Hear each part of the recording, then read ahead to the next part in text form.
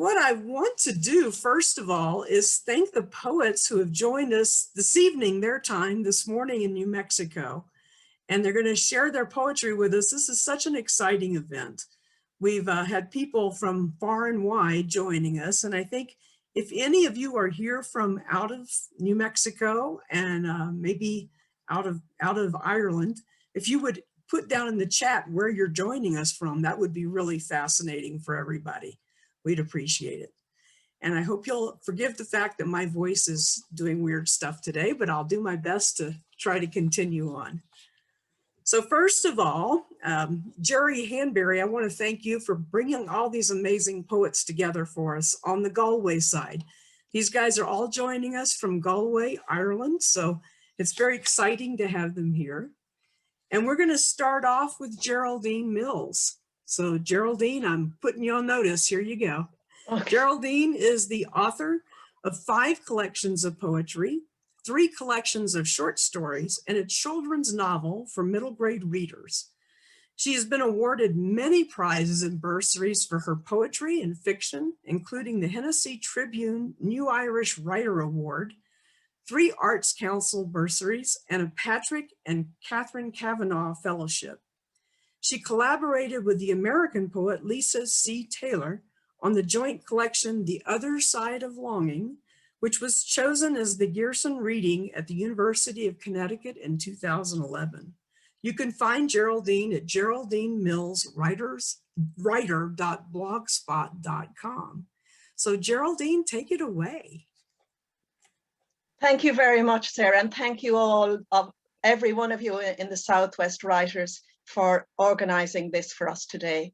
And that wonderful connection of the Handberries, even though you're not related, but just that some years ago you made that connection, and now we're all meeting up together, which is absolutely beautiful. And I'm very honored to be reading with Moya and Pete, with Luke, with Jerry today. And it's lovely to have that connection with the US, with Jacqueline that I knew on the Cape, and now my dear friend is in Albuquerque, and Lisa and Russ that we go back a long, long way. And as you mentioned there, Lisa and I collaborated on a book some years ago, but the friendship is still strong. So it's a wonderful occasion to be here. I'm going to read from my most recent collection, Bone Road in Word and Image, and which came out this year, last year actually, 2020, it came out in 2019 first, and as a reprint, it came out with photographs and documents to tell the story. So because it is a chronological book, I will be filling in the historical details as I go along.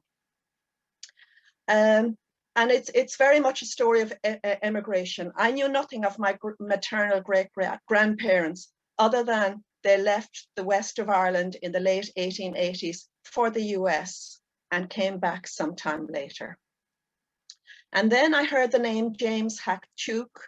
Someone gave me a ship's manifest, and a cousin that I never knew anything about made contact on Facebook to see if we were related. And suddenly the whole story opened up and came up for air. So drawing on documented evidence and the imagination, Bone Road was born. I'll tell you a little bit about James Hack-Tuke first, because I knew nothing about him until he came into my life. He was a Quaker, he lived in England, and when he was a very young man of 27, he came to Ireland during the Great Famine. And he saw how destitute the people were here, especially on the western seaboard. And he went back to the Quakers and he told them how bad things were. He came back in the 1880s, and even though the major famine was over, there were smaller famines throughout. And in the 1880s, there was the forgotten famine, as it's called, because things were still very bad on the western seaboard. Not only was food scarce, but there was very bad rain and the fuel was destroyed. So they had neither heat nor food, and they were living at subsistence level. And he saw that the only way to save these people was by assisted emigration. So the first poem I'm reading is dedicated to Mr. James Hack-Tuke. Witness. When he got home to England, he wrote to the papers, Mr. Tuke, merchant banker, Quaker, told them how he had watched a wraith sitting at a loom with neither woof nor warp, shunting the empty frame forward back in a place where the poor sucked stones from the road, ate their children's hair, were blown like chaff into the lake's unsated mouth. And more failed years to follow, rain that washed the turf back into the bog, the best of them with nothing but a mouthful of meal. Clutches of begging letters sent to him, hidden under the wings of a hen, and seeing what he saw, the only hope of their saving was in the form of a fund that sent the Allen line up and down the coast, netting shoal after desperate shoal. So Mr. Tuke did his homework, and he actually came to the States in the early 1880s, and he met with the president of the time, Rutherford Hayes, and he met the Canadian Prime Minister, and he talked with them and discussed how people might come. He didn't want them all coming into one state, so they were divided over a number of states, so that each state wouldn't be burdened by them. And he came back to Ireland then, and they set up the assisted emigration scheme with a number of other people. And it's now called the Tuke scheme. And there was a number of stipulations about the scheme, was that whole families went. It wasn't just one person from a family, but whole families went. And that meant if a whole family went, the holding then was passed on to the neighbor, and they had more land and they could probably do better. At least one person had to be able to speak English, and some of the older children had to be able to work. They couldn't all be a burden on whatever area that they went. My great-grandparents were one of the families selected to go. And on June, there was only 3 families in their village that went, from Duloch in County Mayo, which is in northwest of Ireland. And they left Ely Bay in Belmullet on the 22nd of June, 1883. And the next poem is called Leaving, and it just sort of documents what it would have been like for them as they left. And there was really 6,000 left from Connemara and 3,300 left from Mayo. So in two or three years, over 10,000 emigrated just from the western seaboard. This poem is called Leaving. The longest day still entering their dawn, they follow the carts of hopefuls along the famished track down to the sea. Beyond the calm waters of Ely Bay, the SS Waldensian lies anchored, brighter than any golden hoard offered to Manannán, the sea god. There are scant tears, for their passage is paid, new clothes on their backs, landing money promised. The whole family going, my great-grandparents, 6 children, 10-year-old Bridget, my grandmother, that's Tuke's deal. So my grandmother was actually one of the people that went on that trip. And as I said in the poem, they were given clothes, they were given landing money. And the document that I have of the manifest, it shows that my great-grandfather was ticketed to Warren, Rhode Island, and with 3 other families. And there again, Lisa and Russ, when I was there in 2019, we had the great opportunity of going to Warren, Rhode Island, and actually seeing the house where my great-grandparents would have spent that time.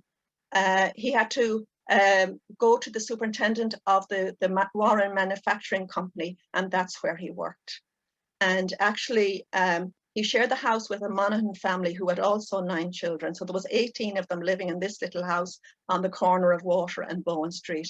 And I had also the great opportunity of meeting Maggie O'Brien, whose grandfather shared that house with my grandmother for a short while. The difference was that they stayed, the Monaghan stayed, and my family came back. So they arrived into Boston. According to the Globe, into Boston Harbour on the 4th of July, flags cheering, firecracker boys, speeches, brass bands, my people come, eyes on sticks with the welcome they think is for them alone. Their ticket says Water Street, Warren, not far from the great Sackham Spring, the scent of trees, a house with stairs, the likes they've never seen. They start over in this town, within a week, steady work in the mill, soon flesh on riddled bones, shoes for the boys, white bows in the girls' hair. If the Dinties back in Duloch could only see us now. So they tried to settle in, the children would have gone to school. Within a year, another child was born.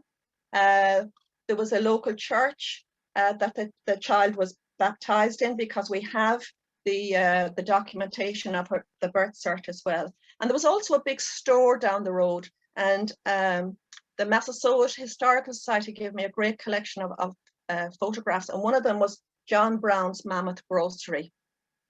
And I could imagine what it would have been like for them to find a big store like this after so little they had. And I'm dedicating this to the cousin that gave me so much information, Diane Heverin Rother. There's just one Irish word in it that, in case you don't understand, the word is kippins, and kippins is another word for kindling in Irish. On seeing Brown's Cash Grocery for Diane Heverin Rother. First, he must roll the word around in his mouth to taste its hugeness as he stands and peers in the door of John H. Brown's Mammoth Cash Grocery. From here, the new world bustles out its scent in greeting. No part of him believes that dreams can be this real. Velvet skin of strange fruits, pelt of stranger animals, 9 good cigars for 25 cents, cinnamon. With some of his landing cash still loyal to his pocket, he sees how he might spend it on tea, on flour, salt, or grain. But who in their right mind would spend it on blocks of ice or on kippins when there are more trees here than 10 lifetimes ever saw back home? And what about the earpiece, mouthpiece, clamped to the wall behind the counter? If only there was its twin in Glencastle post office, he would gladly hand over the last of his Tuke dollar, crank up the Greek name for far and sound, and wait for that moment when he would hear the Whale Road, when he would hear across the Whale Road the familiar cadence of home, tell them that the worst meal here was still better than the best one back there, this new life sweeter than the barrel of molasses he is standing by. And so he worked away in that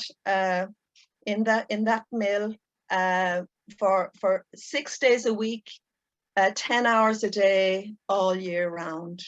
And we don't know whether it was that, whether it was the homesickness for home or just the hard work, because there were thousands of looms and spindles going all the time. And it would have been quite dangerous. An arm might get caught in a machine, piece of hair might get caught in a machine, and the lint, the actual lint that they were breathing would have been very difficult. So they decided to go back. Rain over Achill. This night that is all moon, its light playing puck with him as he works his way home along Water Street, spawns a silver river, a glister of fish. His legs still think they are treadled to the crank and shuttle of the loom, the ache in his arms worse than footing the whole of Dewlock's turf. For one startling moment, he doesn't see the shingles of each single roof ahead, only the cap over Achill Head when there was rain on it. And one of the stories that I grew up with was the fact that he heard a voice in the kitchen at night, and that's what brought him back, but we don't know. This next poem is just pure imagination, and I'm just trying to imagine what he would have thought of, and it's called Things to Do When You Go Home. Untumble the walls of the house, uprise its lintel from the overgrowth, like a calfskin salter lifted from the bog, unlatch the door. Unsmoor the fire, updraft the embers waiting there, all the while you were beyond the Whale Way, untether its glow. Unsour the fields, uproot the dock, the poison ragwort scotch, ease the clay back in beneath your nails, unhang the rust-gnawed gate. Unsay the words you felt you had to say, up sticks, the leaving and the coming back, ring the rhyme of scythe along the day, unbreak the heart. There is no documentation to let us know how they came back or where they would have got money for now 7 children and themselves, but they did. And they landed in Cove in County Cork on the 10th of November, 1884. So if you think they just went in June 1883, by November 1884, they were back, the whole lot of them. There is no, they were put into the workhouse in Cork, and that was quite devastating when we discovered that's where they ended up, in the poorhouse in Cork. No documentation to say that my great-grandfather was there. We think maybe he went ahead to Belmullet to set up home, but my great-grandmother and the 7 children ended up there. The documentation that we have, the entrance documentation, says that 3 of the children were in very poor condition. So that means that they weren't thriving in Warren, Rhode Island. And in fact, before they left, one of the 8-year-old little girl died and was buried there. So we in a mass grave somewhere. We've never been able to find where she was. This poem is just imagining my great-grandfather as he leaves them to go on to Belmullet. Parting promise. He leaves them at the poorhouse gate, their details entered by an exacting hand. The bad condition they have landed in, ledgered in neat lines and columns. His is the only one missing, Philip Heverin, my great-grandfather.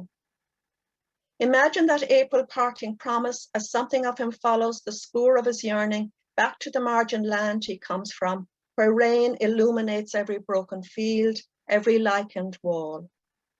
The dream holds him to the house he will build near Shrat National School, his hands still able to read the shape of stone and know the place where he will build the hearth, feel the weight of his heart against the one where he will sight their front door, opening away from the wind to shelter them. We have no idea how my great-grandmother and now the 6 children again got back to Belmullet, but they did, and they started over in Belmullet. They had no holding when my great-grandfather went back to Belmullet. They had no holding there, so they lived with my great-grandmother's families until 1889, when they had a holding there again. My grandmother, who was 11 or 10, 11 at the time, grew up and in time married a potato ganger from Belmullet, and they migrated regularly back and over to Scotland to pick potatoes because the land still wasn't able to hold them. And my grandmother, while they migrated, their lives, they had 12 children altogether, and a lot of them would have migrated. In fact, my mother did at the age of 13, went to Scotland to help with the potatoes. But their circumstances improved greatly, even though they were migrating, but they were able to come back in the seasons. And soon they had, they were able to feed themselves. They were able to feed neighbors who were poorly. They had, my mother would talk about beautiful china cups, and my grandfather always brought the children back a musical instrument when they came back from Scotland. So they certainly came up in the world. But the only physical thing that I have belonging to my grandmother is a butter stamp. I don't know if you can see that. It's a wooden butter stamp. And that's the one thing that I have belonging to her. And this poem, the next one, is called Butter Stamp, dedicated to her.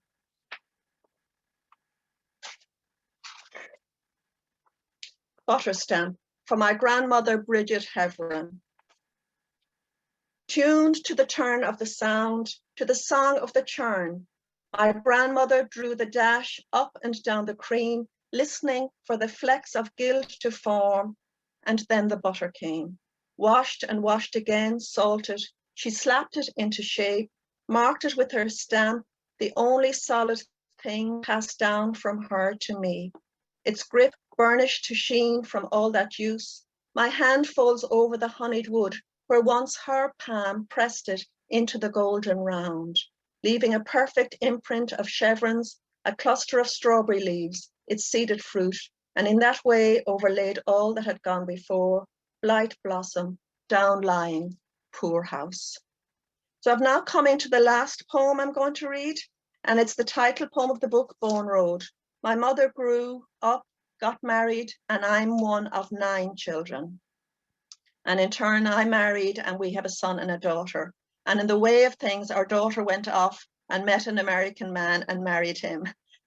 So now our grandchildren are American. In fact, they're in Spain. They've had 3 years in Spain, and now next Saturday, they go back to Washington State. So the story has gone full circle. Before I read this one, I want to thank you all again very, very much for this opportunity to read the poetry and to share with my fellow poets. Bone Road. If my great-grandparents had not made that journey back, Some other mother would have been born, some other me, but they did. And now the pattern repeats itself, not sea but air, not hunger but heart, that calls our daughter to up sticks, follow the same whale way. This is no fairy story I will tell our grandchildren as they wave their spangled banners, carry lineage in their eyes of a man, a woman, their 6 children, who, grateful for the passage paid, left behind the bone road, took the boat, grasped the hand of refuge waiting for them on the other shore, and that in between time saw their leave-taking as the only way to find home. Thank you all very much. Thank you so much, Geraldine. Something about that pulled in my DNA. So, Okay. Wonderful. Thank you. I'd like to introduce our next poet, who is Luke Morgan. Luke Morgan is an award-winning Irish writer and director. His debut collection, Honest Walls, was published by Arlen House in 2016. According to the Poetry Ireland Review, it showed that Luke has shimmering potential. Luke's films have been screened at film festivals all over the world. His debut feature film, Sooner or Later, is available now in all territories on Amazon Prime. Luke's second collection, Beast, is forthcoming from Arlen House. Find Luke on Twitter at Luke Morgan Poet. And I'd like to welcome Luke, and Luke, take it away. Thank you so much. It's so great listening to the poems of Bone Road being read aloud. I have the book here, and it struck me as a work of shimmering imagination when I read it. So it's great to hear it, hear you read it, Geraldine, and thank you for sharing with us the deeply personal stories therein. Imagination is something that I like a lot, and I like to use when I'm writing. And the first poem I'm going to read is called Escalator, and it's a work of magical realism. And that's just a fancy schmancy term for me using my imagination. Escalator. I was in this shop the day 3 generations of women fell down that escalator, one after the other. The youngest, near the top, got the strap of her handbag caught in the bobbing gap and lost her footing, toppling backwards onto her mother, who wasn't anchored enough. It should have stopped there, but the elderly woman at the bottom caught the brunt of it. They all tumbled down towards the bestseller pile, and in the frozen second before hitting the bookshop floor, looked like the reverse diagram of something. When the old woman stood up and looked around her, she could see that the other women had vanished. She was alone, but for the many other customers with worried expressions, mine included, rushing to ask her if she was okay. So that poem, Escalator, is from my debut collection, Honest Walls, which, as was introduced, is published by Arlen House here in Galway. And it's a real honor to share the stage, the virtual stage today, with 2 of my former teachers, one of whom helped me write my very, very first poem, Pete, and the other of whom helped me refine the next 400. So it's a real honor to be sharing the stage with Pete and Jerry and Geraldine and Moya today. The next poem I'm going to read is called Palpitations, and it deals with, it's a poem, I like the ambition of this poem. I'm not sure I pull it off, but it strives to connect and bring together 3 very, very different events in my life. The first of which was the death of my grandfather, which was, he lived a long, fruitful life, but it was my first experience with bereavement when I was 14 years old. And the second, that was around the time that I discovered I have a wee heart murmur, or I have little palpitations that I get when there's too much adrenaline coursing through my blood. So around the time that he died, I discovered that I had these heart palpitations every so often. And the third of which was a couple of years later, I moved into my first flat.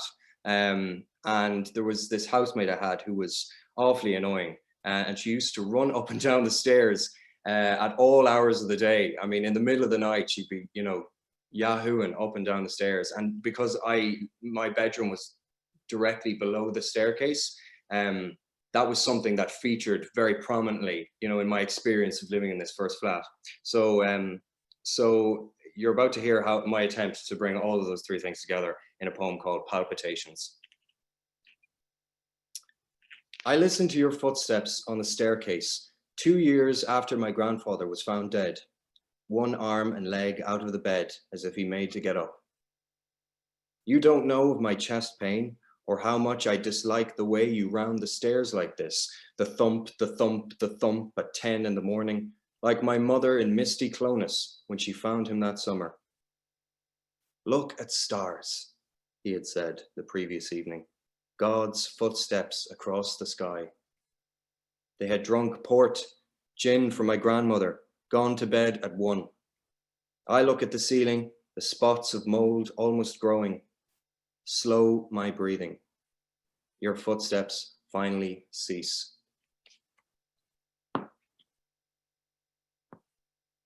This next poem is called Conducting, and it's about my mom, who grew up, as I've mentioned in that last poem, in a place called Clonus in County Monaghan. And for their summer holidays, they used to go to a place called Mornington in nearby Meath. And not the Mornington that features in the Beatles song, but while they were in the car driving, she tells me that the scene had the same glazed, exciting feel of the song. So this is Conducting. When you heard for the first time on that trip to Mornington, one of Beethoven's symphonies, you moved your hands out the window and became its conductor. You pulled the landscape together and apart with your dancing fingers. Life happened. You had us a year apart, pulled your hair out, made water in a pot of potatoes boil. But you conducted our years and made them sing. Now, driving to Mornington with the window wide open, I look out, hum to myself. Now, I'm going to share with you a couple of poems from my forthcoming collection, Beast. As the title suggests, this collection deals with the animals, large and small, real, mystical, mythical. And I tried to sort of, with each poem, take the focused image of an animal and maybe explore an anecdote, something that happened to me, an early memory or an emotion. Recently, about this time last year, my uncle, my godfather, told me that he was receiving treatment. He was going in to receive his first treatment for cancer. And it's an awful disease. I don't need to say it. Everybody here has had brushes with cancer. And, you know, as a poet, you do try and find words, you know, you reach for words to try and express and try and comfort when you hear somebody give you that news. Now, I'm happy to report that David is doing absolutely fine at the moment and is very, very healthy and happy. But when I first got the news, it came as a bit of a shock to me, and I felt the need to write something that would express how I felt, and also try and offer him something. And it's a villanelle, and the man who taught me how to write my first villanelle is watching, so I'll try not to be too nervous. This is Cancer is a Camel. For David. And what do I know of a camel in this country of youthful green? To me, it's a curious mammal. In faraway lands it ambles, where water is hard to glean. But what do I know of a camel? They're ridden by those who dabble in music and menus unseen. To me, it's a curious mammal. Its lips shape the air and baffle. Of flies, it is only too keen. But what do I know of a camel? I've heard on its back you can travel From Tehran on foot to Erbil, to me, it's a curious mammal. Just remember, its bumps are your handles. Your camel and you are a team. For this, I do know of a camel. It is a curious mammal.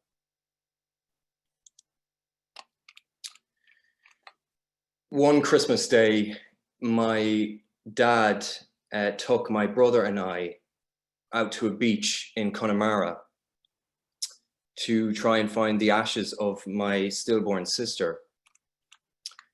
And I remember the occasion. We never found the beach. They himself and my mom had tried to find something that was deliberately obscure, a beach that was deliberately wasn't sign marked or anything. And we took it upon ourselves to go out and make it like a family trip to try and find her one Christmas. And it was the Christmas. I don't know if the other Galwegians on the chat remember this Christmas about 10, 11, 12 years ago, where everything was just covered in ice, and there was certain patches of the road that were so hid under ice that you couldn't see the granite, like they were pitch white.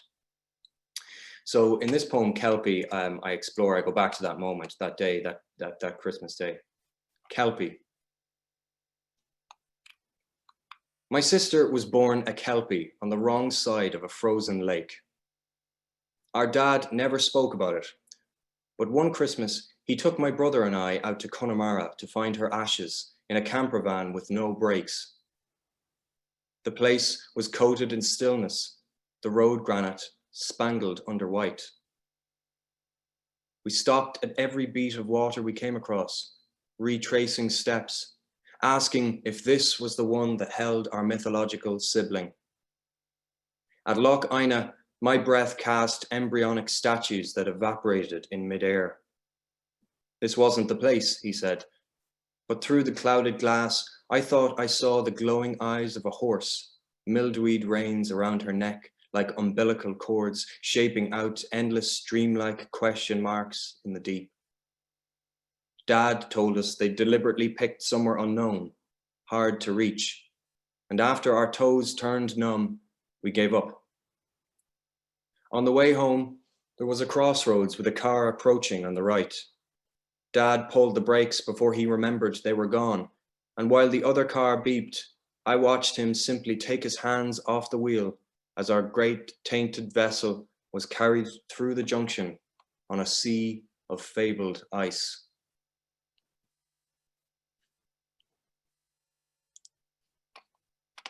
Thank you very much. Thanks for listening to me. I've got a couple of more poems that I'd like to share with you.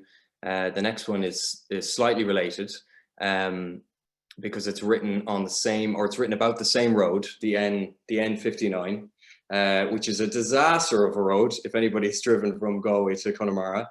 And I I wrote this poem after I received one of the many rejections that I'm sure anybody here who's a writer is well used to getting themselves. And I decided rather than pen a heated email or letter to the Irish Times or the journal in question, I'd rather channel my energy into something creative that would maybe somebody else would see, another writer would see and feel heard. So this is for, that's no pun intended, by the way. This is for all the writers who will have received rejections before, and this is called Sheep Eyes. The night of the rejection, I turned onto the empty road and tried to keep my eyes open. But anyone who has driven the N59 knows there is no darkness like it, smothering the headlight like a fat stomach stopping a punch. So imagine my surprise when I saw not one, but 4 of them hovering, and soon more, higher, further, everywhere, reflecting my lonely beams like valuable things reflect the sun. I got out, went down on my hunkers to join this new choir, waiting for the next driver to struggle through the small hours so that I might sit up straight, hold still my twitching eyelids, bounce back their brilliant light. I grew up, when I was in school, it was the first couple of years of a really, really dark and grey period of Irish economic history. And the 2008, it's still sort of, it feels like so long ago now, but it really is only around the corner. And those days are categorized when I was going to school every morning in the bus by just moody voices on the radio talking about the recession and cutbacks and people losing their jobs and stuff like that. And the next poem I'm about to read details an event that happened in the middle of that period of time. A really, really sort of rare day where something quite incredible and hilarious and really, really optimistic and positive happened. I don't think I need to, the poem describes what that thing is, but to this day, it's still something that we laugh about as a family. It's called The Front Page. The day the government bailed out the bondholders, my dad and brother dressed up as tuxedoed pigs and stood outside the Department of Finance, dancing and throwing fake money at everyone. Their skin was painted luminous pink, their stereo blaring, the sight of them toasting thin glasses of Prosecco, apple juice, they told a Garda, paused the morning commute on Merrion Street for several minutes. They got on the 6-1 news that evening, and when the school secretary rang home the next day to ask why he was absent, my mom replied, "Look at the front page of the Independent." There they were, wild and happy, cardboard snouts so lifelike, the bright pink of their faces like someone had taken a highlighter pen to all that black and grey. And the last poem I'm going to read for you, and thank you so much for your patience with me and for listening to my ramblings and my words, is from my first collection, Honest Walls, and it's called Literature. You may notice that it is inspired by a certain famous poet and his certain famous poem, Literature. And when all is done, I'll come back as beach sand, preferably on a strand in Roundstone or Fanore in October, when the sky is as blank as a page. I'll write on myself with a juniper branch, then wake to find the words gone, the pulp of my skin as oily as yesterday. Today I lay and watched the world, I'll scribble, was trod on by a stray dog, felt the curling of lugworms on my cheek, until the day grows black with ink and throws me into the fire of the sea. I like to think of that branch, the most virtuous of quills, waiting obediently to itch my face with words. Lifetimes will pass, and I'll still be part of the freshness of each day, waiting for thumb notes. Ellie was here, a scratched love heart, still be open to young lovers and the commas of their souls on an evening stroll through the endless literature of the earth. Thank you very much. Thank you so much, Luke. That was wonderful. Wow. I know it's got to be tough on the other end not to see all the not to hear all the clapping that you can see, but very much appreciated. So thank you. I'd like to introduce our next poet. Pete Molino is the author of 4 collections, including Session, The Power of Now in Poetic Terms, according to Trad Connect, and How to Bake a Planet, a gem, says Poetry Ireland Review. His work has been featured on RTE's Arena program and comparisons made with Roger McGough, John Clare, John Cooper Clarke, and Pete Seeger. Individual poems have been published widely and as far afield as India and Japan. He was selected for Poetry Ireland Review's special 100th issue, edited by Paul Muldoon. Pete also plays guitar, mandolin, and fiddle. You can visit Pete on PeteMullineauxWriter.wordpress.com. So thank you, Pete. Welcome. I just realized I was muted. Sorry. Okay. Thank you very much, Sarah. And I should just say before I even start that if there's any confusion, it says Pete Affrey on the screen. And myself and Moya are sharing my laptop, and Affrey are an organization here in Ireland that I work with, and I had a meeting with them recently and I forgot to take it off. So anyway, it's great to be here. This is a wonderful experience. It's great to be here, and it's lovely to be reading with Moya and Geraldine and Luke and Jerry. And to think that people are watching from so many different places and from so many miles apart, and great joining you, Sarah, and the SouthWest writers. It was great to hear Geraldine and hear that book read aloud.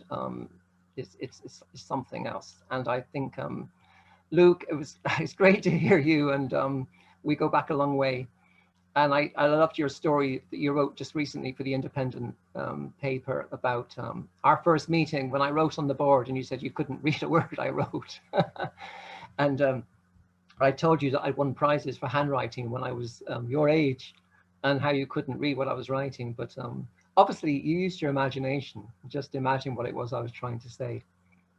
So lovely to hear you read as well.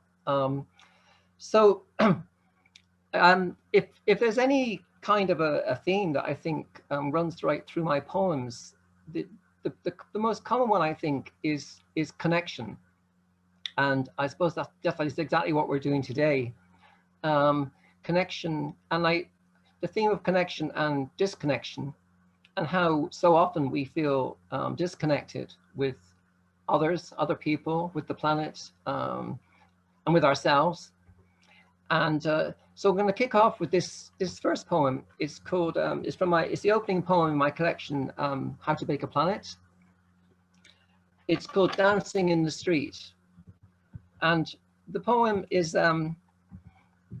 it refers to that moment where everyone's probably, I'm sure everyone is familiar with, where we do a bit of impromptu social dancing, and although now it would be kind of, we think of it as another form of social distancing, probably.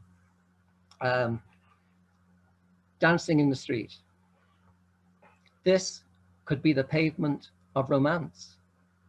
Random intimacy of bodies about to make contact like bubbles on a screensaver.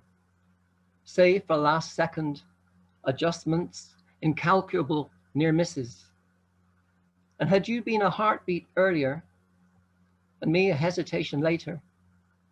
But no, whoever you are, stranger, we have been singled out, then coupled, partners by chance in this public private dance, courting like doves, necks dipping side to side, even our sorry synchronized, both going one way then the other, sharing this brief vault in normality, an alternative universe where bubbles freely merge, our separate paths set to converge.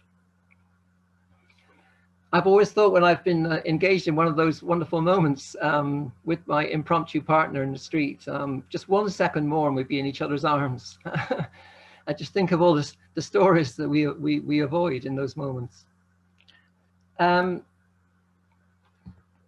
juxtaposition is a way of bringing things together that are normally kept apart, making some kind of a connection. And in this next poem, A Piper Prepares, is taken from my collection Session, poems all about music, particularly Irish traditional music. And in this poem, well, I was in a pub one night waiting for a session to start, and this piper came out and he was getting his gear together. And I became fascinated with watching him with this amazing assembly of different bits and pieces. And I just for a moment thought of somebody else in a completely different place, about to go for a different kind of a hit. And so these two worlds, or these two characters, were kind of end up superimposed, if you like, a kind of a bit like sort of documentary. And so a piper prepares. It's almost like shooting up, captivating ritual, belt looped around the forearm, buckle notched, blowpipe joined to leather bag, a shard of cloth folded between elbow and rib for comfort, trusted talisman, guardian against the unknown, and unnamed, keys, bars with no endings. Drones are attached like pistol silencers, regulators poised. And now the popping strap, the piper's apron, a leather patch spread across the thigh. You'd think for protection from the crazed jabs of the chanter. Its manic hypodermic dance. In fact, the placing there will cause a glottal stop, suspension of sound, a near death allowing trap door drop down the pitch shaft of the octave to low D, belly forge, bass underworld, from where a primal hum vibrates, connects, fixes on the spinal cord, sends a hit exploding into the skull's chamber. The head reels, a gasp for air as the bellows fill, and suddenly there's life in the lungs and wind in the reeds. Escape.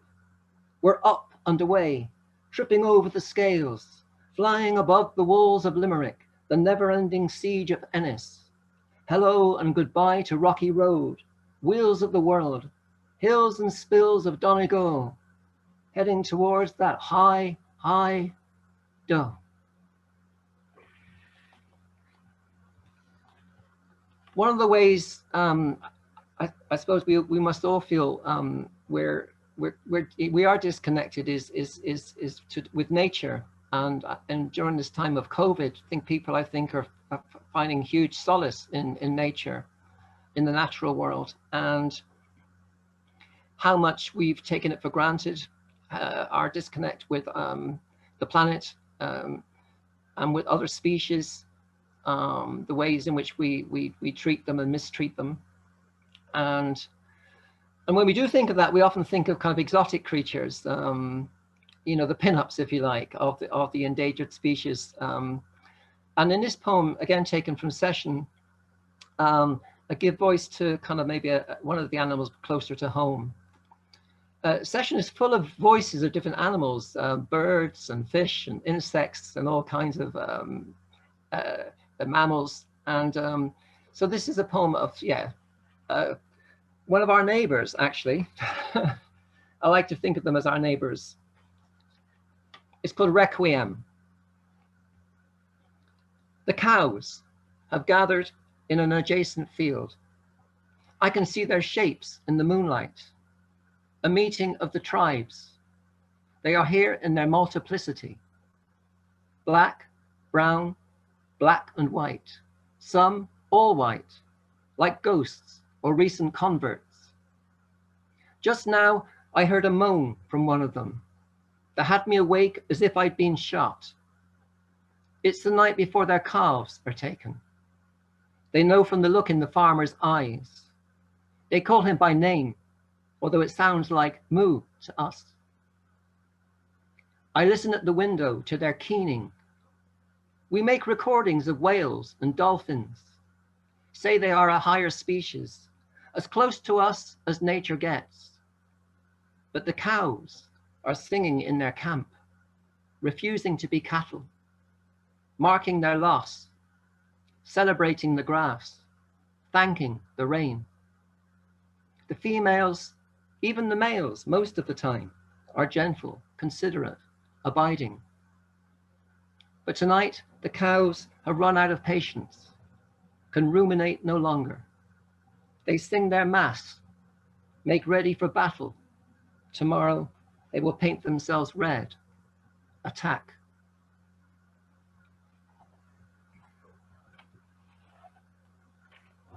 In 2014, there was a strange court case in Argentina. Some environmentalists brought a case on behalf of an orangutan. The aim was to try and achieve some kind of citizenship for orangutans in order to protect them from, obviously they're, you know, one of the most endangered species. And so the idea, yes, hopefully this would help protect them. And amazingly, perhaps, the court found in favor of the orangutan, and was thereafter known as, or given the designation, the entitlement non-human person. And of course, I suppose the irony immediately hit me that, first of all, would you really want to join the human race? And the second thing was, even if you are a member of the human race, it doesn't guarantee you protection from being exploited and having your lands taken away. Anyway, so this is a take on that, and it's called Be Careful What You Wish For, Orangutan. From apes to apps, through redesigned appendages, we have progressed. Thumbs, brains occupied. Buzz, buzz, the insect life goes on. Bacteria await. Animals and flowers have their day. We too must move along. But in the meantime, goals and aspirations keep us busy. We are kind sometimes, raise the bar on good days, move the goalposts on others. So welcome, citizen. You are provisionally one of us. Learn to tell lies. Have reasonable fun at the fun fair. Go shopping. Enjoy the revolving door. Lose the frown. Ride the escalator up and down. I was reading that one of the ways when they're working with orangutans is, and other apes, and other animals, in fact, to try and test their intelligence, is to see if they can teach them to tell lies. And if you could teach an animal to tell lies, then they're one of us. That's the proof.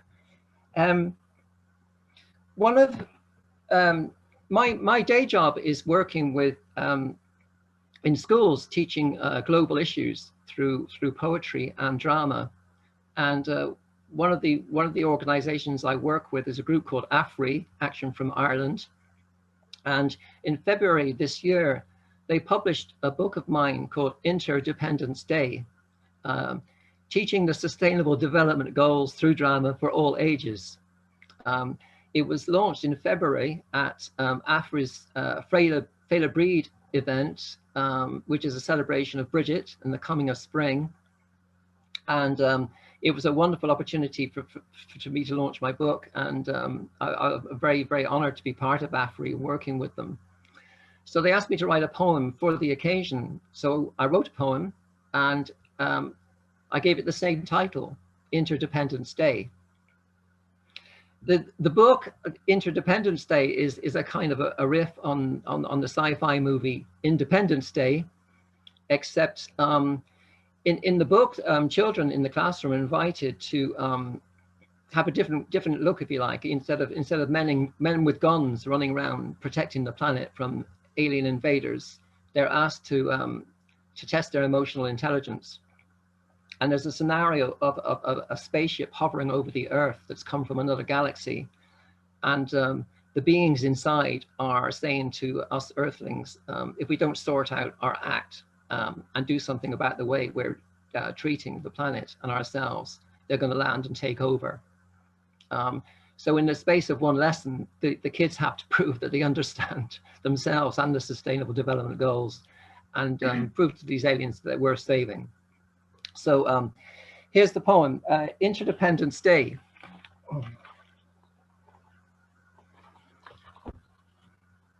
So when visitors arrive, when visitors from space arrive and give us a fright, challenge our right to manage the Earth, we must show we are worthy, prove ourselves earthy. This time not even try to fight. put down our weapons, simply hold one another tight, holding on for all we are worth, to show we are worth it. We can be true to our souls, deliver those goals. When we get our first sight of their elegant starship, we respond with partnership, interconnection, joined up thinking and joined up feeling, symbiosis, not psychosis.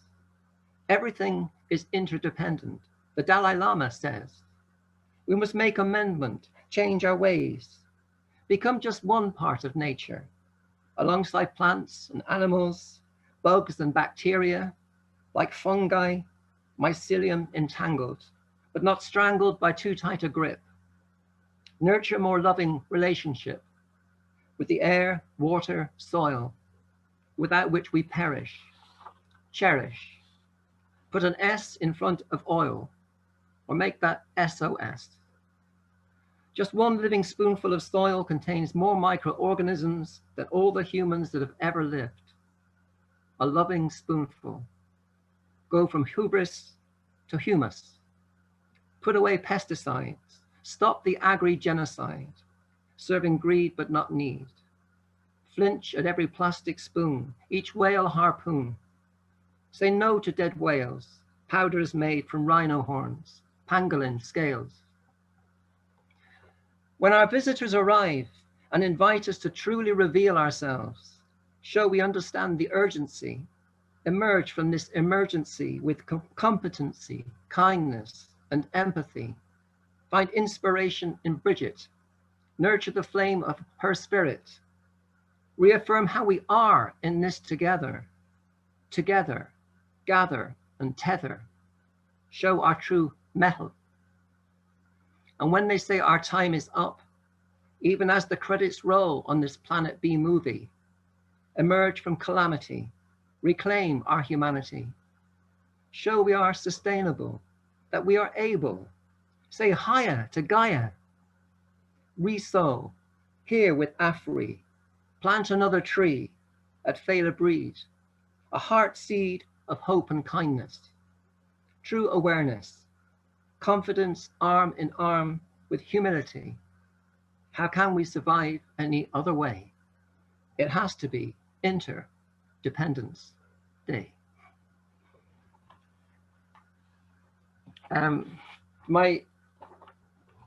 This poem goes back to the music theme, and as a musician, I play as Sarah said, I play the fiddle, and the whole COVID experience has been particularly hard on musicians, with no sessions and with the pubs closed. And in this poem, Ghost Session, I had this fanciful notion of our instruments meeting up without us. Ghost Session. In the elbow of the snug, our absent selves make ready.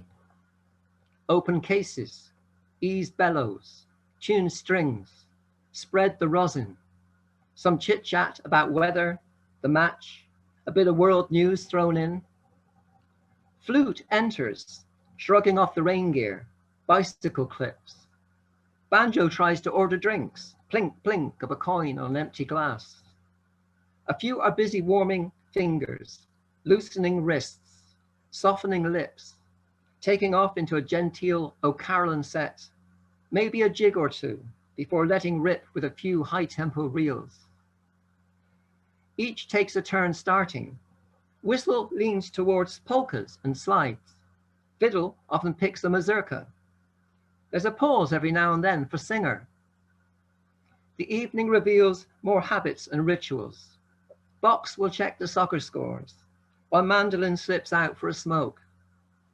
Bowron is bound to come back from the loo saying we don't sound too bad from in there. Concertina's quiet tonight, maintaining her own distance, squeezing her thoughts. The music fills the absence, names of tunes taking on new resonance. Last night's fun, happy to meet, sorry to part. My love is in America. There's a call for cueness when someone announces a lament, but with no stag parties, darts crowd to compete with, the TV off. There's already silence.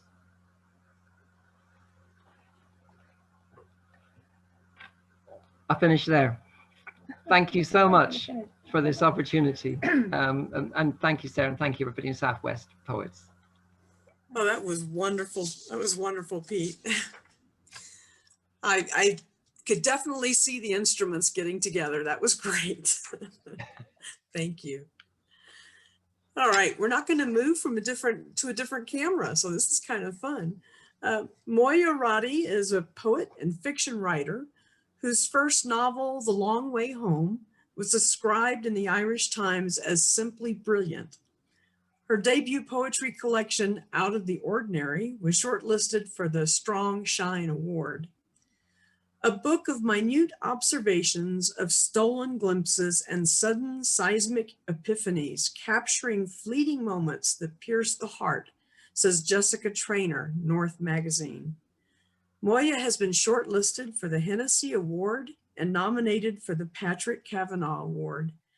A Wiser Girl, her latest novel and her second collection, is due in September of 2021. So help me welcome Moya. Thank you very much. Thank you very much, Sarah. And it's just lovely to be here. And I suppose, and thanks to you and to the Southwest writers for inviting me. And it's one of the upsides of the pandemic is the fact that, you know, we're reading to people on the other side of the Atlantic, because it makes it all so much easier. So that's fantastic.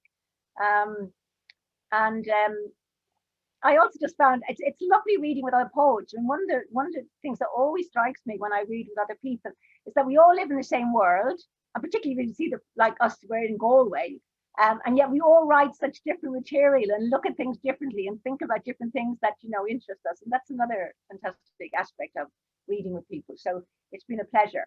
And I just want to say now, in case I forget at the end, that I'm just not able to write little things, notes. So I want to thank everyone now, because I won't be able to say thank you all at the end. And you might think I'm being rude, and Pete's the same. We're both terrible Luddites, I'm afraid. Anyway, so I'm going to read, this is my debut collection, Out of the Ordinary. And I wrote poetry for years, but only put it together, published it about 3 years ago. And I love this little book because also the cover is a painting of my sister, which I did myself. So anyway, so it has special. So my poetry mainly draws, I would say, on kind of memory and family. And I'm kind of, but at the same time, it's also hoping to throw a different light on certain things. But you're going to meet some of my family this afternoon or this morning for you. Okay, so I'm going to start with a poem called Miracle. And it's a very, on the one level, it's a very simple poem about a young girl, myself, watching my mother asleep. But the line, where there's a bit in it where she's praying for her mother to open her eyes. And I think that's the clue in some ways to what the poem's about. Miracle. You spent most afternoons on the living room couch, buried beneath a mound of coats. Home from school, I'd sit in a matching chair, watch your breath push against my father's Crombie, his old sports jacket. Buttons rising and falling, while I prayed for you to open your eyes. Around 5, you'd rise, unwind the long scarf worn to protect your hair, bring wan lips to life with a dab of lipstick, then sally forth to get something in for tea, eggs or a piece of liver, waving and smiling as if you'd just risen from the dead. So a lot of poems are about mothers and daughters and mothers, whatever. So becoming a mother myself, you know, just kind of make you aware of the challenges that parents face, mothers face. So the next poem I'm going to read is about my daughter Cassie, and it's called Kindling. This is from when she was younger. Kindling. And I like it because Kinder is German for child as well. Anyway. I watch you from the window a ball of energy in your stiff new uniform, feet dancing sparks by the gate. When the school bus arrives, you spring like a hare from the trap. Later, I set the fire using old cinders, stacking them one by one into a small funeral pyre, crisscrossed with kindling you collected yesterday. Today, you are branching out. Now the tricky bit, not to overload. A coal too many, one extra stick could bring the whole thing down. A small flame curls. The urge to temper is unbearable. Don't, I tell myself. Don't. And now I thought I'd give you a little glimpse of myself, sort of. All poetry is kind of, you know, there's poetic license, but one uses part of oneself and one's memory. So this is a poem called Picking Blackberries. The rules are known by heart. No green ones, hard ones, stems to be removed. Along the way, we've learned to check for worms. Incensed to find they choose the juiciest ones. The usual warnings ringing in our ears, careful of the brambles, don't get stung. My brothers and I stalk out likely dens, bagsing them as though we own the world. All minds are on the prize. The first to fill a tin can scrape the saucepan. Even better, lick the wooden spoon. Amid a haze of flies, we reach and snatch, whoop as the first berry touches base. A sound that's not a sound as can still up. Most years I won. Flattened against briars, I'd suffer thorns, ignore pulled threads, scratches on my legs. Bloodied fingers were all the same to me. I was a girl with one eye on the future. Okay, and it's funny, I often think when I read that, like the idea that anyone will be happy with licking the wooden spoon as your prize, but they were innocent days. So the next poem I'm going to read is saying you're meeting my family in certain ways, and this one is called, now to find it, where is it? Here's it here. It's called His World, and it's dedicated to my brother who died. I've lost the page. His World, who died. Actually, it's funny. Luke's poem. He died 2010, and I remember the snow very well, because he died in November that year. And it's Larry, as I say, was his name. And yesterday was his birthday. So happy birthday, Larry! And it's funny because he was a real bird watcher. He was like mad about birds. I couldn't tell you. He'd kill you to get to see a bird. And they said his family were telling me that for the first time a kite was seen flying over where he lives, or he lived. So we reckon that was Larry yesterday. That was yesterday it happened. Okay, it's called His World. He was always talking birds, gannets, fulmars, shags, pointing out the telltale white flash of the wheat ear, red beak and legs of chops, their distinctive call, a kestrel anchored to the sky.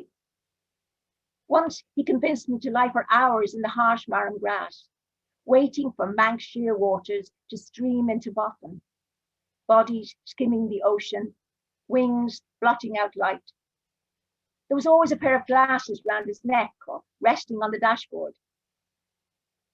Although I love my brother, I envied him his freedom, that male prerogative to wander at will, and nothing more than the rumour of a stork blown off course.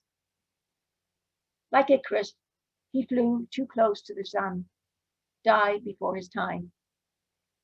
When the funeral mass was over, I asked for his binoculars. For months, they sat on the sideboard. When at last, I raised them to my eyes, all I could see was a blur. And now, on a slightly lighter note, I'm going to read, and I actually have now lost the page, all my things came out.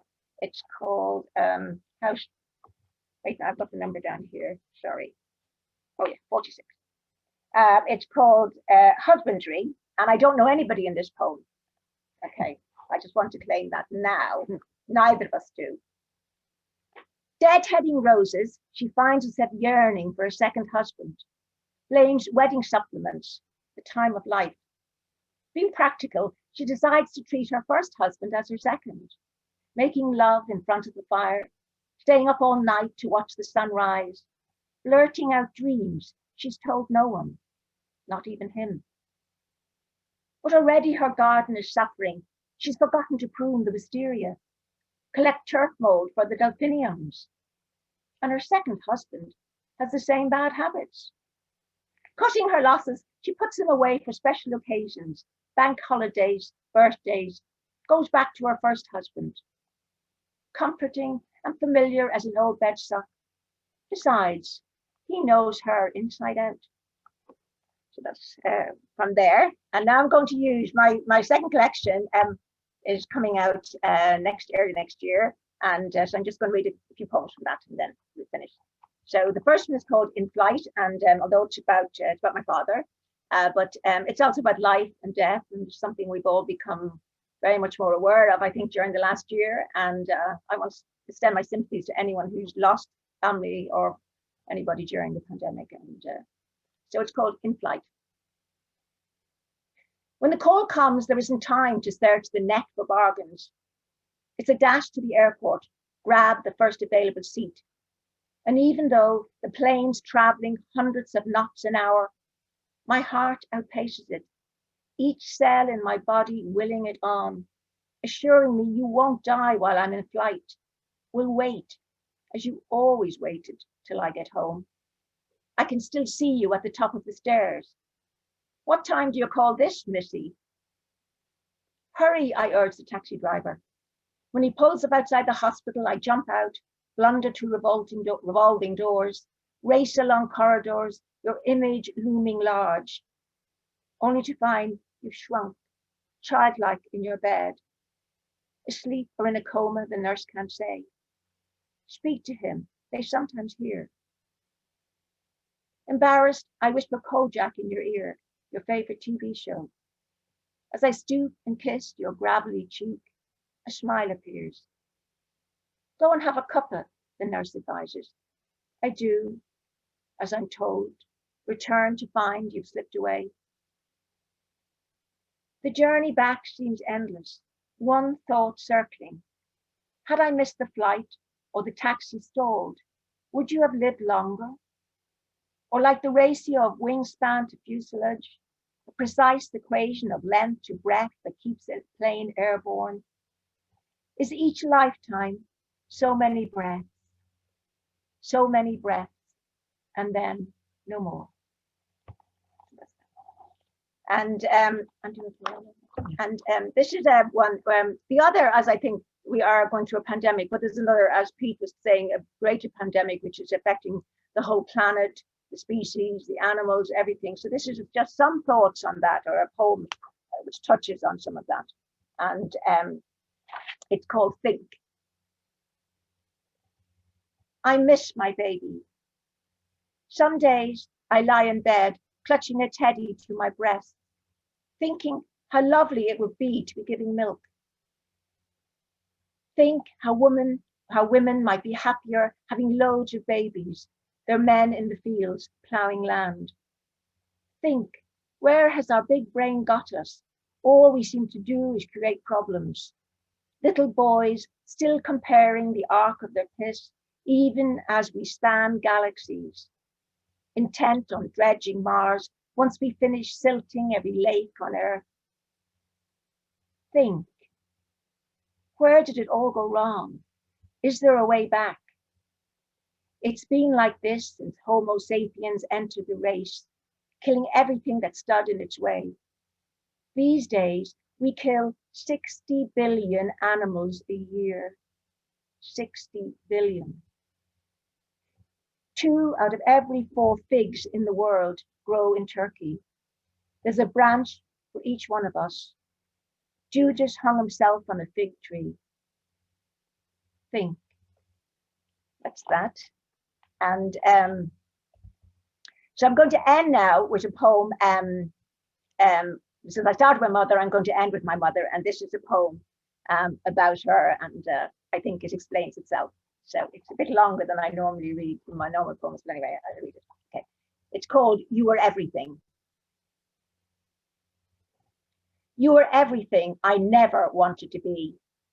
You were hanging out washing, sweeping floors and making beds.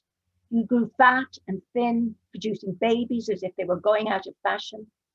You were saggy breasts and varicose veins, giver and withholder. You were everywhere. You were in the way, an insoluble object I had to overcome. You were court shoes and slippers, double meanings and mixed messages, go-between and in-between, placator and protector, the patience of a saint.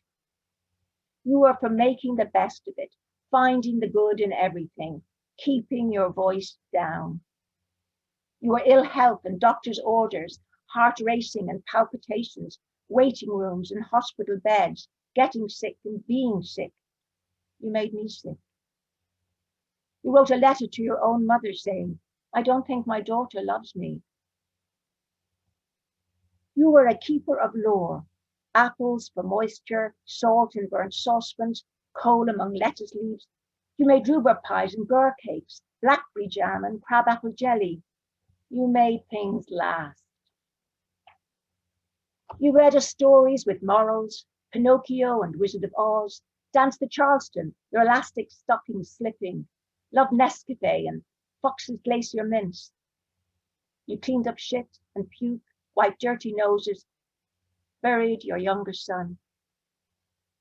You delivered the Sacred Heart Messenger with its lurid red cover, put egg round your eyes to stop wrinkles. You had a beautiful voice, loved flowers and gardening, looked gorgeous in your grosgrain suit. And once, when you unbuttoned your blouse and sat on the back step to sunbathe, you were sexual.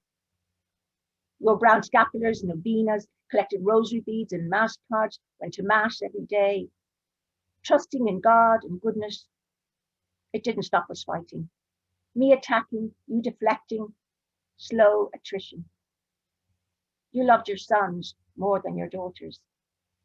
Had your own version of reincarnation, hoping to come back as a snake or a flower. I don't think I ever thought of you as a person. Mammy, I hardly knew you. Thank you. Oh, thank you so much, Moya. And for both Moya and Pete, I don't know if you're watching the chat at all, but you've got all kinds of comments in there, so you might want to check it out. So many of it's so inspiring, and as you said, Moya, the connections across such a great distance. I got it when you started talking about picking blackberries the same way I grew up in Louisiana. So thank you very much. Appreciate you guys. All right. We have one more poet who's going to read for us. And I want to thank him for bringing us all together, because I asked Jerry to find some really good poets in Galway, and he did exactly that. So thank you all for being here. So Gerard Hanberry is an award-winning Irish poet, writer, musician, and teacher. To date, he has published 4 collections of poetry and is currently working on his 5th.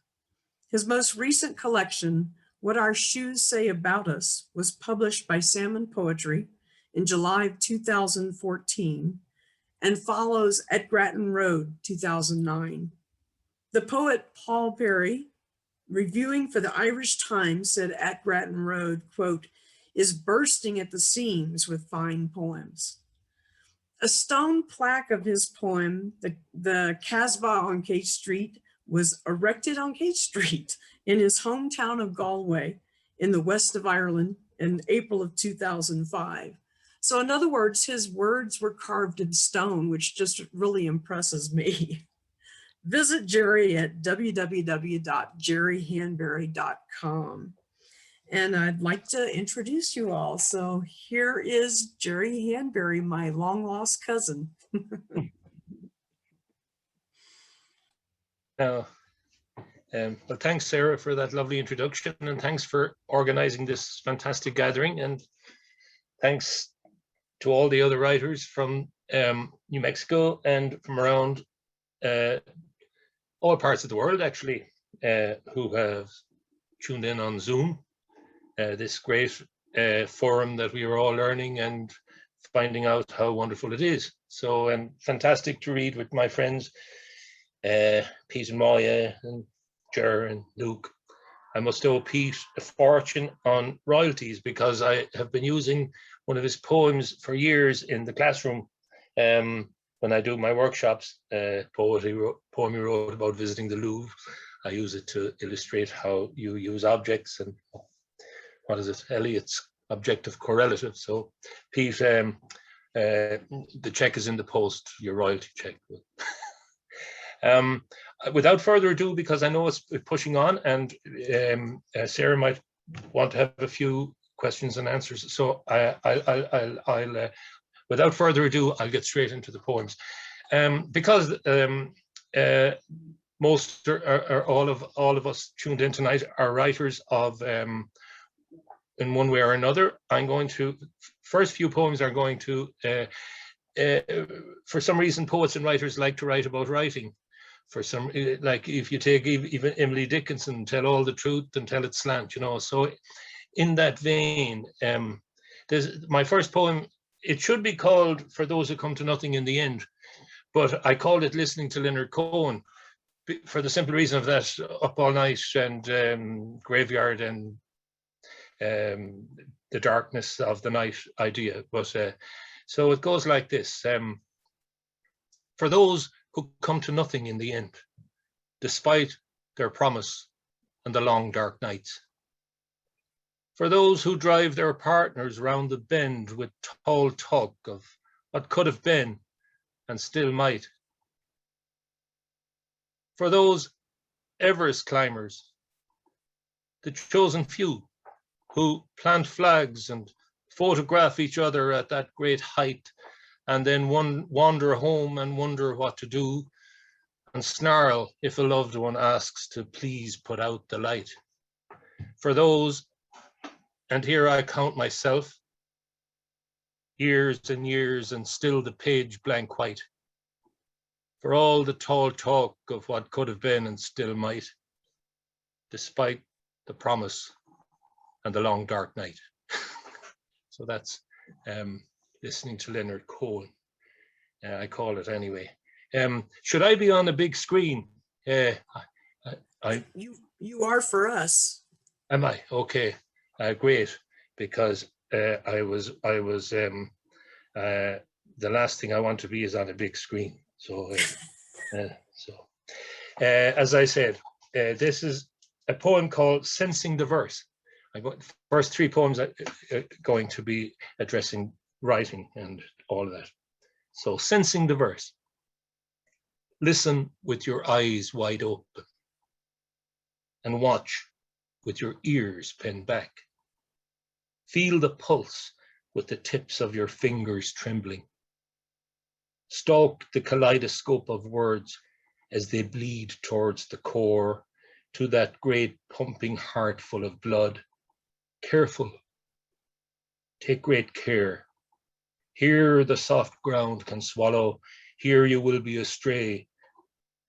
From such a place no one has ever returned untouched, and for this you may not always give thanks.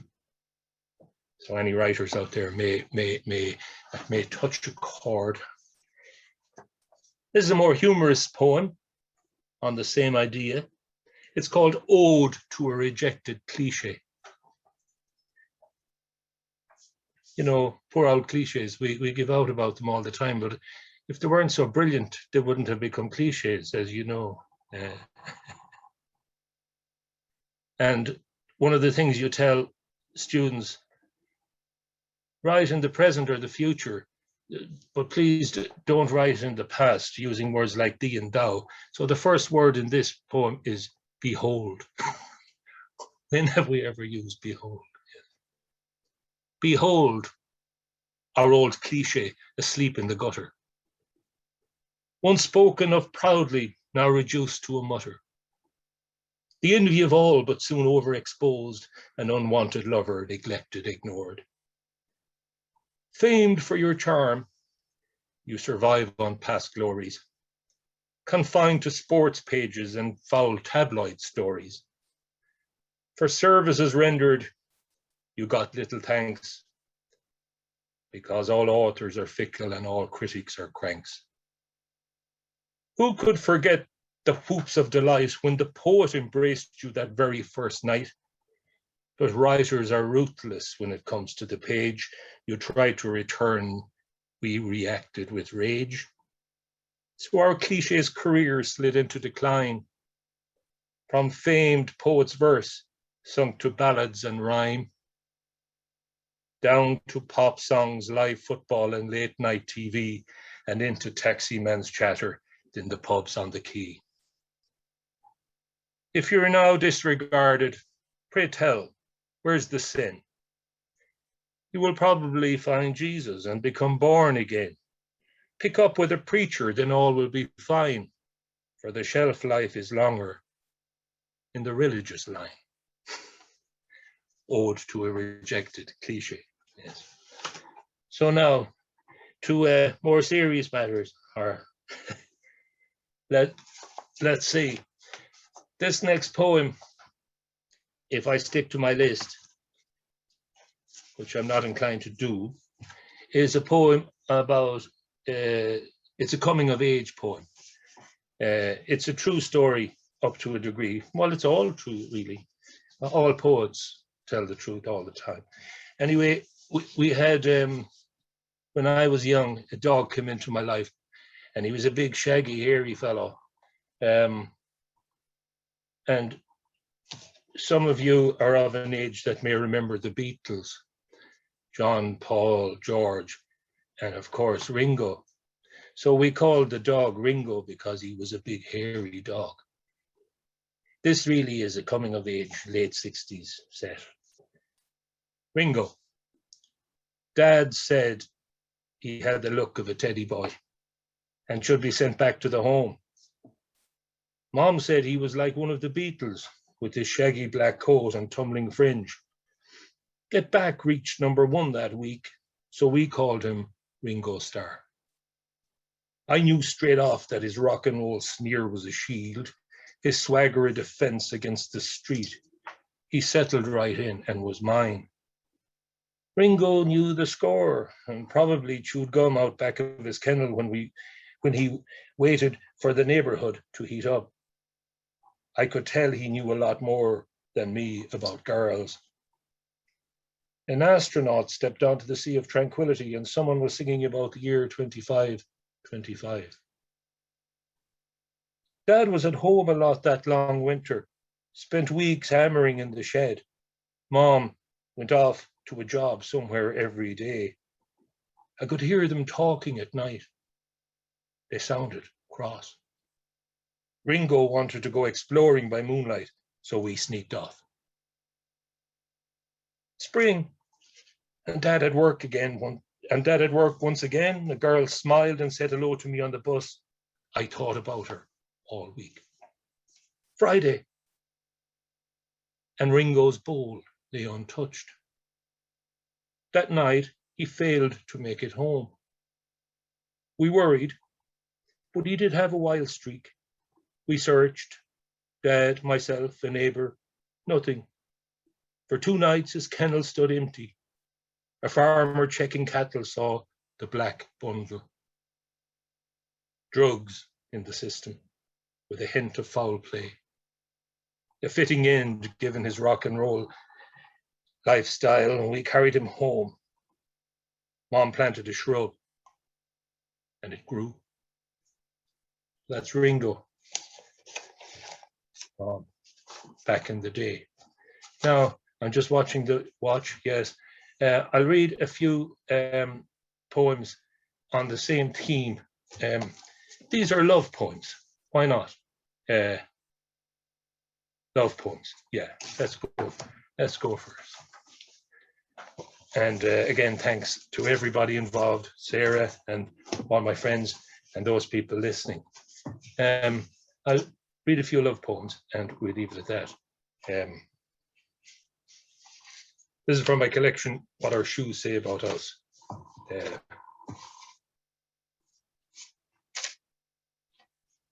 Let's see now. Yeah. There's a very short poem called Painting the Bedroom. Freshly painted today in moonlight blue, to capture the light, or so it says on the 10. Outside, the silent star language of time, seasons swinging by in buds and blossoms. Let us wrap this room around us, lover, kneading infinity into every pore of our desire, grasping it tightly between the palms of our moonlight hands. Poem called First Dance. Goes back a long time. I don't think people dance at all now, but anyway, first dance. The first word, youth awkward, with the cut of a blackguard. A patch beggar in a psychedelic shirt, arriving at your side, tongue in a hangman's knot. The first dance, a tumble of lurchings and foot-buckling highland flings. You fled, but circled.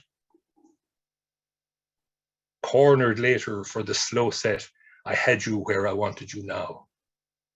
Pinned close and in my element. You stood your ground, checked my stealth, then the faintest of finger tightenings. Feather light, but enough to be going on with. Slow dancing in a room with no windows. Was it then you glimpsed how it could be? My skittering heart no longer my own, familiar bearings scooped from under our feet and flung towards the moon. First dance. Suppose we've all been that youth awkward, stuttering fool, yeah. This is on the same theme from my collection on Grattan Road.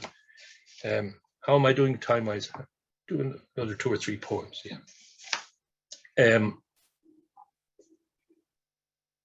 A poem called Credo. And I have a little epigraph, Keats, beauty is truth, truth beauty. Although I believe in nothing now, except the truth of your hand on my bare shoulder each and every blessed morning. It is more than enough. More than all the marble floors and vaulted domes of Christendom. For sure, the time will come when one of us will wake to loneliness, its cold breath filling a bedroom, fumble with buttons, all bearings melted, no more north and south. But that shriveled world is for another time. Tonight, a full and beautiful moon sits high in its crow's nest above the tattered rigging of the clouds, and there are stars, whole galaxies, and the darkness of the universe, and the darkness beyond the universe. Credo. You know, we all like to travel. We don't travel much now. But this is a poem set in Paris, the city of love and lights, way back in the day. Remember I spoke about truth, and let you make up your own mind about this one. It's called Tight Squeeze. What I most remember about our week together in Paris is not the pale fresco we stared at in the Louvre, or the name of the artist. Was he from the Spanish or the Flemish school, who painted that famous bowl of shiny fruit? Even now I can't recall which king built that splendid pavilion around the shady garden where we sheltered one scorching afternoon. And was it Richelieu or Sully who, according to the mumbling guide, lived in the nearby mansion with the ceilings remarkably restored? I will probably forget the bustling square where the with the 4 catalpa trees and the restaurant where we had dinner 3 nights in a row, the handsome waiter having caught your fancy. Eventually, I will get over the size of the Edition for 2 drinks in that well-known cafe on a corner. Its name escapes me at the moment.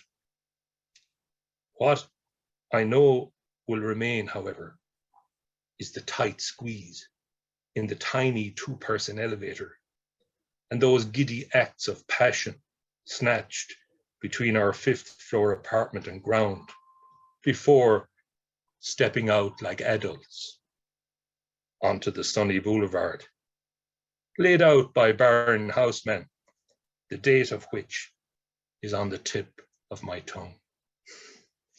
Tight squeeze. I'll do 2 more poems. This is a fun poem, just which might be included in my 5th collection. I'm not sure yet, but it's after, oh, I can't remember the name of the poet now. I should always, you know, when you kind of copy a poet, it's not copy, no, read like a thief, but cover your tracks, yeah. Well, without you, I am. So without you, I am. Champagne without the bubbles. Space without the Hubble. The Nile without its source, a soprano feeling hoarse. Jockey with no hip. Sorry, a jockey with no whip. Hop without the hip. Saturn without rings. Alice without springs. James Bond without his number. Stars without their wonder. A ref without a whistle. Scotland without its thistle. Niagara without its falls. A bull without its ring in its nose. A glove without a hand. Are you beginning to understand? A celebrity without a stalker. A Martian with no flying saucer. The moon without its craters. The Everglades with no alligators. A wheeler without a deal. Do you know now how I feel? I'm not sure will that get in. Now, where am I at all? Last poem, and thanks again to for everything and and the whole fabulous scenario.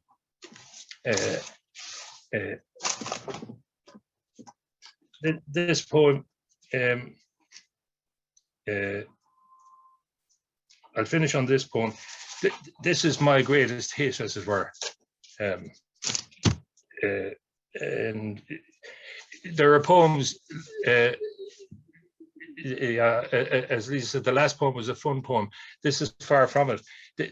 This is a poem, you have love poems, and you have heartache poems when everything falls apart. But the thing about this poem, and it's my last poem this evening now, and thanks to everybody. The thing about this poem, I'm trying to hit that spot where you don't know which way it's going. I won a competition, and the judge, who was an eminent professor, met me in the car park the following morning, and asked me, tell me, he says, how did that work out? Now, for a man of letters, I was amazed. Anyway, Embers. It's about, if you take yourself on a trip to Italy, it's a couple who are in limbo in their relationship, and they decide to go on what you would call a vacation to Italy, right? And when Apollo ordered Mithras, it's called Embers. When Apollo ordered Mithras to sacrifice a bull, he carried out the task unwillingly. Mosaics depict his face averted. As the bull died, the animal became the moon. Mithras mantled the starry sky. From the bull's blood, the first corn sprouted, the first purple grapes. Every other thing sprang from his seed except the scorpion. The scorpion drinks seed and blood. That's a little, in italics, a little epigraph type thing about the story of Mithras and Apollo. Now, there's a star. You can't read star, so star. Their days are passed in silences or set pieces, coming and going, holding out as best they can, retreating into props and costumes and south-facing rooms, ignoring the fact that no one ever calls. And still, they make love, more in hope than passion, like two castaways, keeping the signal fire burning on the off chance, taking turns to fan the embers, to straighten the help sign built with white stones along their beach. Each night the great breakers roll in to wipe away the footprints, his now hers. The old cartographers were right. It is possible to drop off the edge of the world, and monsters of the deep exist, exactly where the ancient charts placed them. Spires of pine trees, medieval here and there on the amber hillside, silence not yet shattered by traffic on the Strada Aurelia. She sleeps little in this high-ceilinged room, her fears rustling like night creatures in the wood, the air already dry as dead leaves. Yesterday, a man in the gift shop smiled, but it was not a stranger's smile she wanted. No, not his, not his. A great bird, a hawk maybe, rises, broad-winged and circles, white petals curled on the veranda, pearl shells loose from the patterned wall. On the bedside table near his sleeping head, the door sign in bold lettering, "Do not disturb." Where the ancient river winds through the scorched earth of Campania, it's hard to know east from west.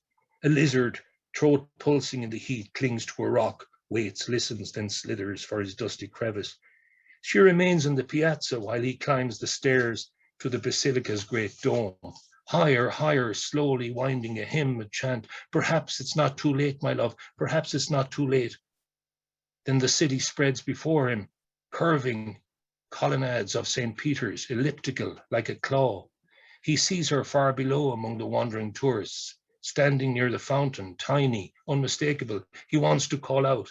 The sky is marble blue, beautiful. They were right to come, but she moves, crossing by Nero's obelisk, its shadow long and black across the square, a tail, its sharp point the sting, the scorpion drinks seed and blood. They have arrived at the ruins of Ostia. He thumbs the guidebook in the shade, cap pulled low against the blaze of white sunlight. She prowls the edges, making her own way through empty courtyards, the tilt and stagger of columns, to the still of an amphitheater where she sits, knees drawn up, watching three wild cats move away over the steps like wishes softly rebuffed. In the cool of Mithras' temple, they share casarecchio bread and Chianti, splashing wine into plastic cups, red droplets falling on the mosaic floor, on the scorpion and across the bull, his neck stretched for the blade. By the Via Ostiense they sit apart in deepening shadow. Down this ancient road an empire marched. No clang of legions now, no throb of seed and blood, just the dry crackle of their plastic cups. Then faint through the ages and the gathering twilight, drawn perhaps by their dismay, their defeat, come faded sounds, a woman sobbing, a door being nailed and shuttered, the last bundled cart creaking up the road for Rome. So that's Embers. That's why he asked, how does it end? Because it ends there. Or thank you very much. I'll finish at that. Thank you so much, Jerry. And thank you to all of the poets today. It was just wonderful being able to hear your voices from Ireland. I mean, it just made my year. So thank you. Sarah, can yes, I just quickly? of course. There's a bit of nostalgia going on in the chat here for the Crane Bar. And I'm wondering, would Jerry consider reading his poem about the old fellas up at the bar and the crane? It's a beautiful, beautiful poem. If we have time, it'd be great to hear it. And We do have time. If he has it handy. And the Crane Bar is a wonderful place, I have to admit. I enjoyed it tremendously. So Jerry, what do you think? Will you do it? Is it Shergar's Ghost, Luke? It's the one about the clouds, yeah. About the cloud? Yeah. Right, yeah, sorry for holding up, so I will, but I know time is an issue. I know time is an issue. Yeah, it's a short poem. I have it here. You must Yeah, be getting requests from the audience as a musician. yeah, thanks, Luke. Very short poem. Pubs in Ireland are very important. It's where people go to have a chat and have fun and speak, and it's the drinking is only incidental, really. And since the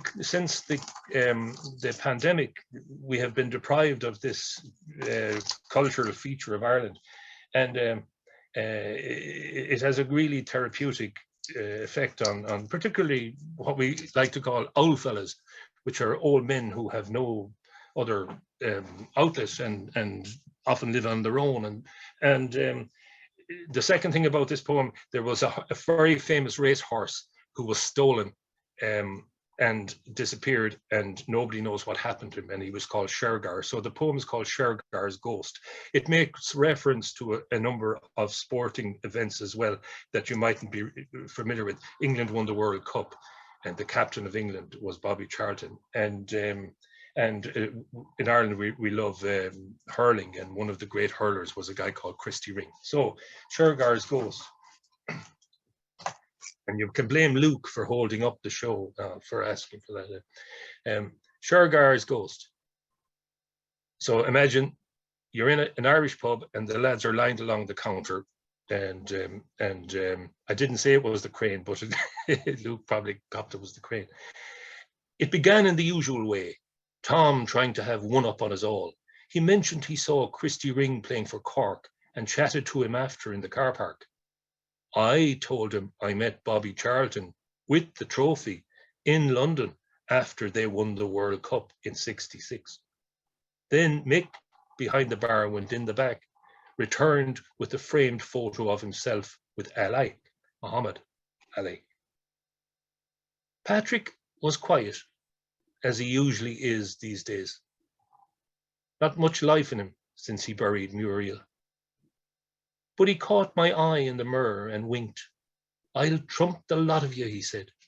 This was more like the Patrick of old. He slipped a photograph from his wallet, himself and Muriel in Bundoran. Look at that, he said. Look at the sky. There's myself and herself with Shergar's ghost. And sure enough, a cloud in the shape of a horse's head. We had a good laugh at that. First time he mentioned her in the 7 sad months. So that was Shergar's Ghost. Sorry for holding up the show. That was wonderful. Thank you, Jerry. I love it.